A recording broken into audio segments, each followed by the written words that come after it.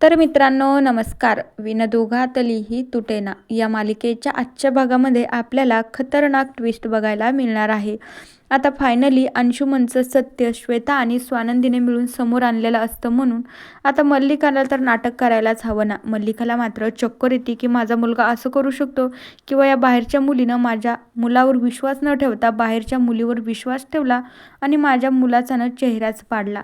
आता त्यामुळे स्वानंदीवर तर मात्र मल्लिका आणि अर्पिता खूपच चिडलेल्या असतात.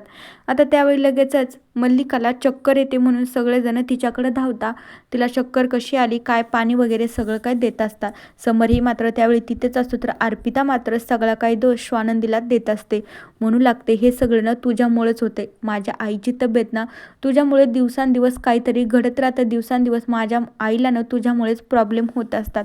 जेव्हापासून तू या घरामध्ये आले ना दररोज काही ना काही कांड होतच राहतात. पण त्यावेळी मात्र समर म्हणू लागतो अर्पिता आता शांत बस, एकही शब्द बोलायचा नाही. तरीही मात्र ती अर्पिता काही ऐकत नसते तर आजी मात्र मल्लिकाला सावरत असतात. तर आदिरा फक्त हे सगळं बघतच असते तर अंशुमन त्याच्याच रूममध्ये तिकडेच असतो. तर त्यावेळी अर्पिता मात्र स्वानंदीच्या हाताला पकडते आणि तिला घराच्या बाहेर काढते.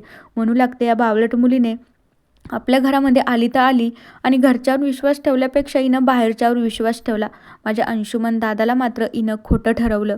तर त्यावेळी आता समर मात्र अर्पितावरच खूपच चिडतो तर मल्लिकाची छान अशी ॲक्टिंग चालू राहते. त्यावेळी परत एकदा अर्पिता म्हणू लागते हिनं ना घरच्यावर विश्वास ठेवल्यापेक्षा हिनं बाहेरच्यावर विश्वास ठेवला म्हणून हे सगळं होत आहे. हे सगळं ना हिच्यामुळेच होत आहे.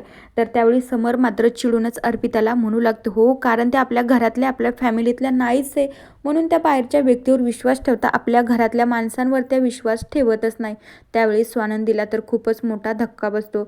अधिराय अस्वस्थपणे स्वानंदी आणि समरकडे बघू लागते. तर त्यानंतर समरला कळतं की आपण काय बोललो आणि काय नाही. मग त्याला मात्र थोडीशी जाणीव होती तर तो शांत खाली मान घालूनच उभं राहतो. दुसरीकडे मात्र स्वानंदी जेव्हा सकाळी देवपूजा करते तेव्हा ती देवासमोर म्हणू लागते देवा माझ्यासोबत सतत काही ना काही घडतच असतं पण मी माझी या घरातली जागाही निर्माण करणार. हे माणसांना मी दाखवून देणार की मी तुमच्यासाठी कोण आहे आणि कोण नाही आणि जे काही सत्य आहे ना तेही मात्र मी सगळ्यांच्या समोर आणल्याशिवाय मी काही शांत बसणार नाही. स्वानंदी मात्र हे सगळं काही देवासमोर बोलत असते. तर आजींना तर मात्र स्वानंदीवर विश्वास असतो की स्वानंदी जे काही करते ना ते खरंच करते. आदिरालाही मात्र विश्वास असतो. पण आता मल्लिकाच्या मुलाचा म्हणजेच अंशुमनचा चेहरा सगळ्यांसमोर आला म्हणल्याच्या नंतर आता आई म्हणून तिचं काहीतरी कर्तव्य म्हणल्याच्या नंतर तिला थोडाफार तरी आता स्वतःला त्रास करून घ्यावंच लागेल. अर्पिता तर काहीच नसते. मल्लिका जसं म्हणेन तसं ती करत असते. तर मित्रांनो बघूया उद्याच्या भागांमध्ये काय बघायला मिळतंय. तोपर्यंत या मालिकेच्या पुढील भागांच्या अपडेट्ससाठी आपल्या चॅनलला सबस्क्राईब करा. So bye.